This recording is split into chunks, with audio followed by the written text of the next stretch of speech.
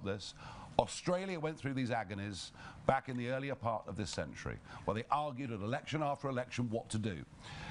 They tried offshore processing and many other things, and still the boats came. In the end, they towed the boats back to Indonesia. We will make it absolutely clear, as Colin has said already, that the ECHR, whatever its good intentions in the post-war world were, is no longer fit for purpose in any way at all, and we will be free to detain those. And by the way, all around the world, if you enter a country illegally, you will be detained and deported. This is what normal countries do all over the world. We've surrendered normality to this new human rights regime.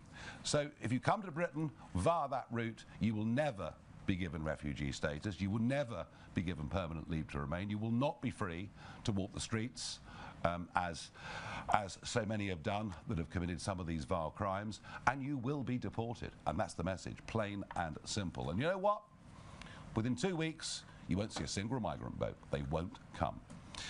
Okay, we have got Sky News. Mari. Mari Aurora, Sky News, thank you. First of all, on the prisons subject, what is your plan to tackle the mental health difficulties in the prisons?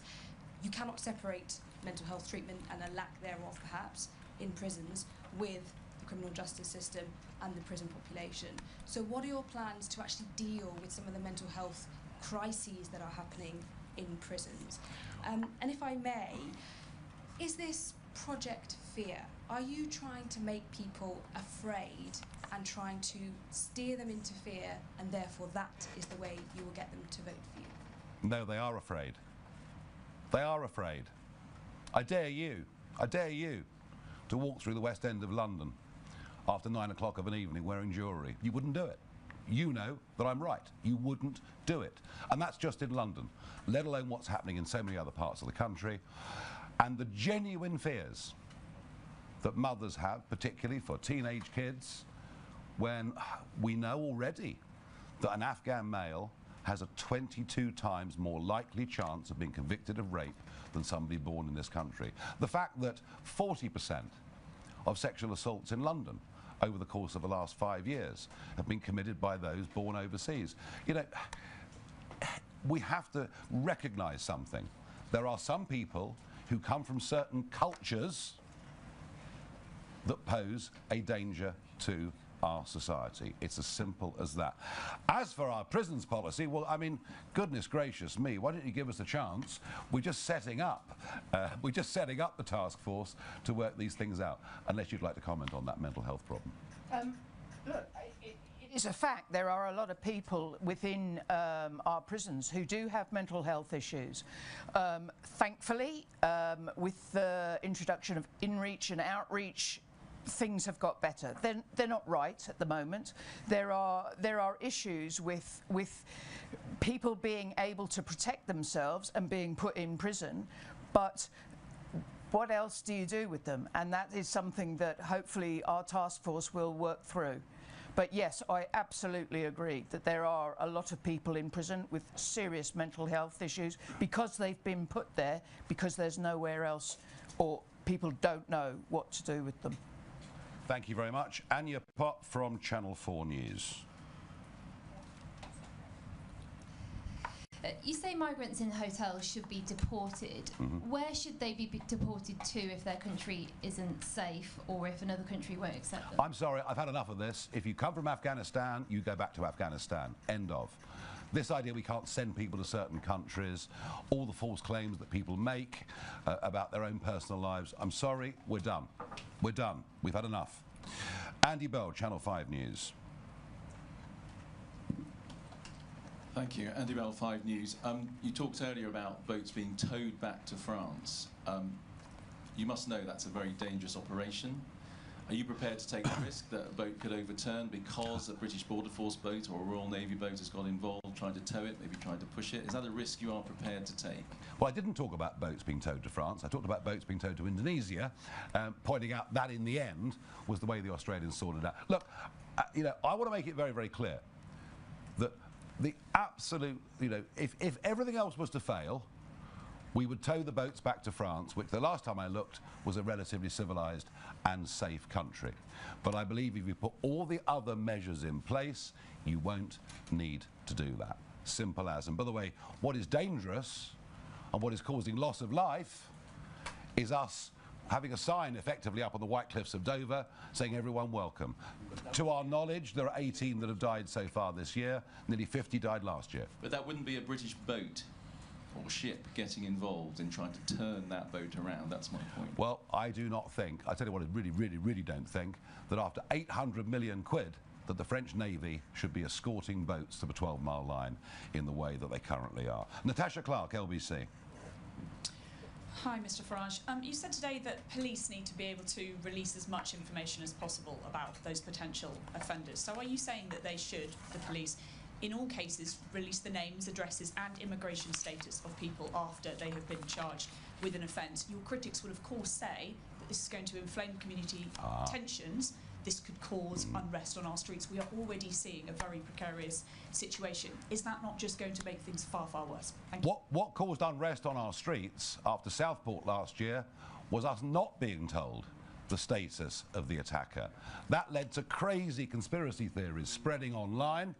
You know, so look, you know, I've made it perfectly clear through this press conference, and George understands this absolutely as well. You know, we do understand and respect the contempt of court rules. But, you know, I'm going to go back and quote just one more time. Jonathan Hall, KC, the independent reviewer of terrorism legislation, a watchdog over this area, you know, who said in the wake of Southport, we should spell out the basic and sober facts. He also said that governments should stop hiding behind contempt of court rules. People need to be given reasonable truth. And, you know, we might not like the truth, or we can accept the truth. But to have masses of speculation as to what might have happened makes things, I think, far worse than they otherwise would be. Claire Ellicott, Daily Mail. Thank you. Could you just set out your views on whether trans women should be on female prison wards? And also, do you agree with Trump's deadline for Putin? And do you think Putin should abide by it? Thank you. Well, I think Donald Trump believed that his negotiating skills would enable him to get Mr. Putin to the table and strike a reasonable deal. Since that time, Putin has showed how completely, wholly unreasonable he is in every single way. So we'll see what happens with those negotiations. Well, when it comes to trans women in prisons, you know, isn't it interesting that we run our country with people who become ministers, who generally have absolutely no idea of the subject matter that they're talking about. I've personally never worked in a prison, so I can't answer it, but I think you'll find that the answer that you'll get from somebody who has worked in prisons at the highest possible level is, I think basically it's about risk assessment, isn't it? Yeah, I think so. I mean, we all know what the law is. I'm not going to go back over that yet again. But to my mind, everybody who is in prison deserves to be treated with humanity and decency. And that includes female prisoners and it includes trans prisoners. You know, everything in the prison service is risk assessed. And I am sure that the prison service will tie itself up in knots over the trans issue, just like many other public sectors have. And as Nigel said earlier, you know, we are at the beginning, and that is something that we will need to speak about clearly. Yeah, but in terms of the problems in prisons, it's a relatively small one. Yes, it is. Thank you. Tony Diver, Telegraph. Thank you. Ms. Farage, Vanessa Fakes said that the UK should build US-style supermax prisons. As I'm sure you know, they are the most expensive prisons to build and run, which is one of the reasons that we don't have them. Have you considered how we might afford to build and run them? Your costing document that you've released suggests costs of prison building are far smaller than that. And is there a danger here that you're making a lot of promises to voters that you couldn't possibly afford to? No. We laid out very clearly a plan. This is week 3 of the campaign, and we laid out very clearly a plan. I was asked about the cost of that plan, to which I said, I think on the day, how can we afford not to do this? Now, the Supermax prisons, have we costed it? Have we thought it through? It's a debate. The point about this task force is we're starting a debate, and we'd rather like it to become a full public debate too. Can I also say, I didn't say we should build Supermax prisons, I actually said a Supermax regime. There is a totally different thing, and converting part of our high security estate into a Supermax wing would be relatively easy. Very good. Thank you very much indeed. Aubrey Allegretti from The Times. Thank you. Hello. Sorry, hovering in the corner here. It's standing room only. Aubrey Allegretti from The Times. Can I just press you a little bit further on Natasha's question? She was asking whether police forces should be obliged to publish the details of people who've been arrested and charged. I think you were basically suggesting that you thought that was right, but can I just get your confirmation that you definitely think Yes, in all cases they I should? absolutely think that they should, and I think particularly given there's a pretty febrile atmosphere around these areas, particularly sexual assaults and rapes, you know, where the temperature on this debate has risen significantly. Yes, I do believe they should. Thank you for that clarity. Can I just ask one more as well? Go on then. Thank you. You said that you wanted to detain all small boat arrivals. Yeah. Where are you planning to put them? We're going to have to use military bases. We're going to have to move very, very quickly to do it. Believe me, we're not going to have this problem. Once people know that it's not a free trip coming into the United Kingdom, they will stop coming, and they'll stop coming within a fortnight.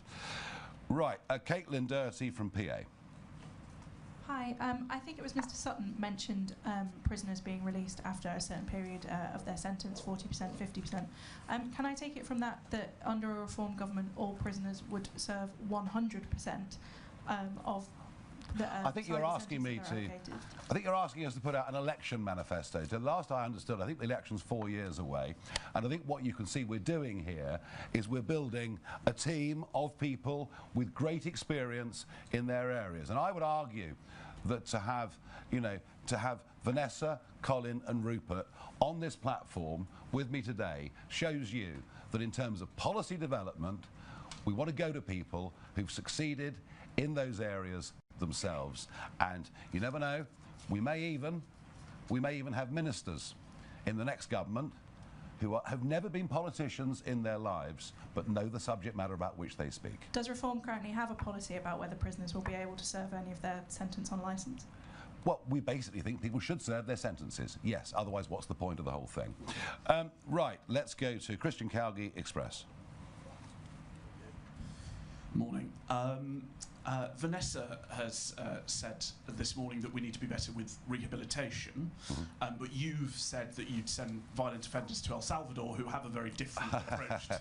nice try, but go on, keep I going. just wanted to get a broad... Do enjoy yourself. Philosophical view. Are you carrot or stick when it comes to prisoners? And Vanessa, I wondered, obviously we're at the start of, as Nigel keeps saying, a policy review process, but could you talk a bit about the issue of Islamist influences within prisons and how big an issue that is and how you might start to deal with that? Okay, Christian, perhaps you weren't at the last press conference. You missed it. Well, there you are then. I made it perfectly clear that when people make mistakes in life and get into trouble, that the absolute primary goal should be their rehabilitation. Absolutely. That is what we want to do. We don't want people repeat offending and finishing up in prison, you know, for the bulk of their adult lives. So actually, you know, it's both a carrot and stick, isn't it? It's to show first-time offenders that there is a better life, there is a better way. If we were able to perhaps encourage people, inspire people to learn new skills. But, you know, there comes a point, and I think Vanessa made that clear, where sometimes with people you can't, and society needs to be protected from them. Vanessa, would you talk about the rise of Islamism, please, in British prisons? Yes, I think without a doubt there is a rise of Islamist gangs within prison, and it is very difficult to manage them. You know, at Wormwood Scrubs, as the head of security, I had to take the decision to split our Friday night or Friday afternoon service for Muslims in too, because we had about 400 prisoners that wanted to attend their service, and you know, it's a constant battle, because you know, we all know prisons have no spaces, so it's where once it was easy to transfer prisoners out to different prisons, it's not so easy now. And you know, I think that we have to be mindful. Yeah, there are a rise of Islamist gangs within our jails, and we have to deal with that, and deal with it short and sharp. Thank you. Tim Shipman, Spectator. I wasn't actually expecting that, Nigel. So. Well, you're on the list. I mean, can you talk to us about your impressions of the public reaction to all this? What sort of? I remember you saying a few months ago that you were getting less abuse on the streets. Are you now detecting a warmth over these issues towards you that you weren't detecting before? And have you noticed, now that these issues have turned to matters of sexual assault, that you're getting more women and mothers talking about it to you when you go out and about? yes is the answer to that, very, very clearly. And it was interesting, wasn't it, to see the protest, the very peaceful protest of the women dressed in pink that were outside Canary Wharf yesterday, protesting, I have to say, very peacefully, quite why the police seemed to think a Section 43 was necessary and to prohibit them from going back within 28 days. And maybe it was the masked thugs from Antifa who perhaps they should have been focusing their attentions on. Just an observation, just a thought. But I do think one of the things that's happened over the course of the last few weeks is, without doubt, we're definitely seeing not just high-profile women coming to reform, and you've seen one or two of those on the stage here and in Wales over the course of the last few weeks. But I think generally out there, I think there is grave concern, particularly amongst mothers, about their teenagers, whether they can let them out. So yes, I think this is perhaps this issue has spoken a truth to people that they've been feeling increasingly for some time, and I think that maybe changes the complexion of how people view reform. You know, the sort of, when I came back into this last June, people regarded it as being a bit of a blokish party. Something to do with my reputation, I can't quite think why. But I think that's changing, and changing very rapidly, and this campaign is very much a part of that. Anna Gross, Financial Times. I'll do it without this. All right. Have you received any communications from J.D. Vance or other members of the US administration saying they support your policy of repealing the Online Safety Act? And a second, if I may, will all reform-led councils block the use of HMOs to accommodate asylum seekers? Is that already a policy? Is it something that you're starting to do? Yes, we were absolutely, all those councillors, all those nearly 700 councillors that were elected back on May the 1st this year, absolutely. And it's quite a debate, isn't it? Because whilst it's the hotels that have the visibility, and that's where the protests happen, in some ways the HMOs are even worse than the hotels, because you're next door, they're over the road, you don't know where they are. And this is the problem, is that in Warwickshire, in the north of the county where I'm from, Nuneaton, Bedworth, we don't have a Margaret Hotel, but we've got loads of HMOs that are increasingly popping up. But in the south of the county, there's loads of Margaret Hotels. People have had enough. You know, like I said during the campaign, we have three things in Warwickshire reform: honesty, integrity and transparency. And when this come across my desk, I couldn't break away from my instincts. Transparency is the key to this. If you keep on and tell the people the truth, they understand and they know what to work with. This is the point. If we highlight them all, people can understand. The Home Office are telling Warwickshire Chief Constable, telling Warwickshire County Council, oh, we're not going to tell you where all the HMOs are. We're not going to tell you. We don't know where they are. That's dangerous. That's against safeguarding. As the Children and Family Portfolio holder, that's a huge problem for the children in Warwickshire. It's about safety. It's simple. Yeah, and it's actually worth you talking to Sarah Pochin one of the big elements that came out of the Runcorn by-election was the HMO issue. Who would say, well, there's a house here and 10 or 15 people from a completely different culture have been put in this house, and they say they've been following our kids to school, and we're very, very scared. I recommend that you talk to. As for the JD Vance, and I can't remember the answer to that. Oliver Harris, Politics UK. Thank you. Good morning. Some 500,000 people have signed a parliamentary petition calling for the government to repeal the Online Safety Act. I wonder, one, what are your thoughts on that? And two, could you see any instrumental benefits of the Act in its current form, if any? I'm going to call Zia Yusuf up to the platform. He has spent more time researching this and getting acquainted with this than probably most people in governmental positions. Thanks, Nigel. Can we see any instrumental benefits within the Act? A few.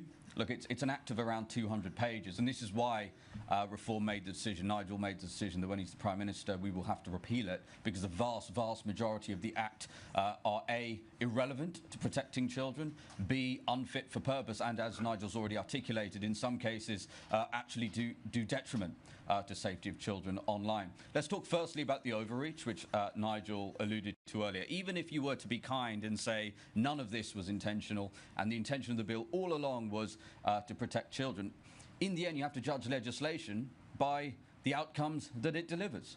The Act has been in force now for about a week or so. Look at the things that have been censored as a result of it. You've seen protests at migrant hotels in Leeds censored on social media. You've seen people trying to log into their Spotify accounts being unable to do so. Kids literally, this is true, trying to change the settings on their NVIDIA graphics cards being prevented from doing so. You've had, as Nigel said, historical accounts and biographies of Richard the Lionheart being censored online. You've had Reddit forums giving people help as to how to quit smoking, being censored.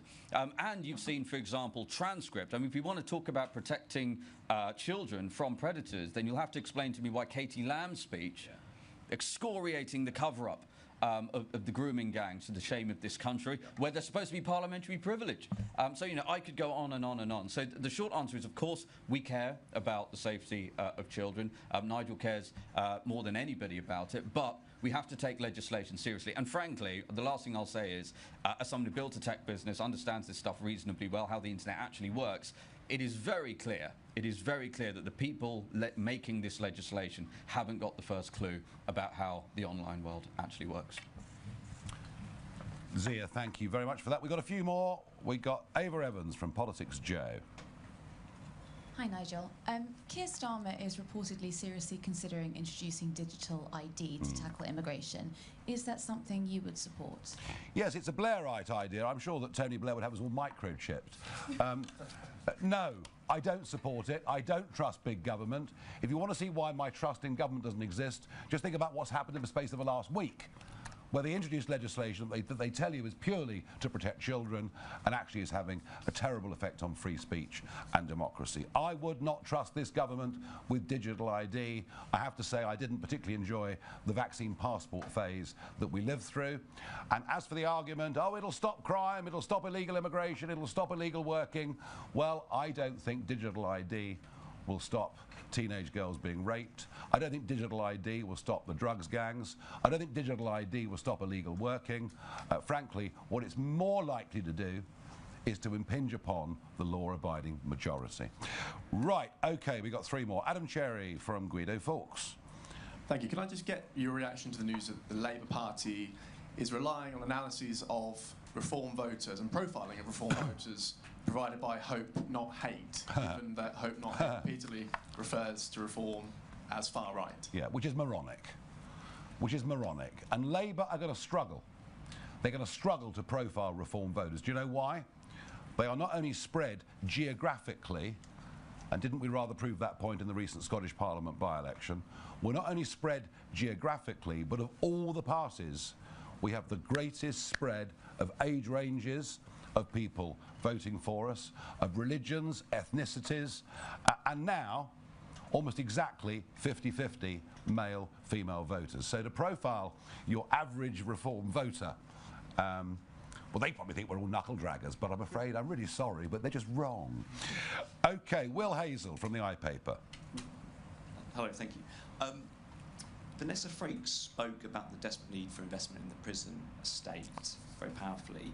Is that consistent with the very significant tax cuts you're offering? And just on tax, I'm not sure if you've seen, but Neil Kinnock has urged Rachel Reeves to extend VAT to private healthcare in the same way that Labour did with Brilliant. schools. Could I get your reaction? Oh, well, that Kinnock chap's marvellous, isn't he? Why don't we get everyone to emigrate? You know, the talk of wealth taxes. I mean, can you not see what's happening? There is an exodus from this country of high taxpayers. There is an exodus from this country of young people who are not yet big earners, but many of whom are the entrepreneurs of the future. I understand 54 schools have closed, private schools have closed this year already. Rather than, I would say this, rather than putting VAT on premiums that you pay to private healthcare, perhaps if we gave people a bit of tax relief on paying for private healthcare, we might just relieve the pressure off the National Health Service. So I think they've got this all completely the wrong way around. Last question, Jessica Elger from The Guardian. Hi there, Nigel. Are you in any way concerned that the comments Mr. Finch made earlier might put a trial and a potential conviction at risk?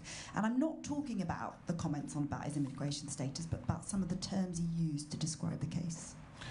Well, I can imagine if I was leader of Warwickshire County Council and I was getting the level of distress from voters and residents that George is feeling, if that means that he was slightly emotional, well, do you know what? Good. Good. Perhaps we really do need to start actually really thinking and caring about protecting children.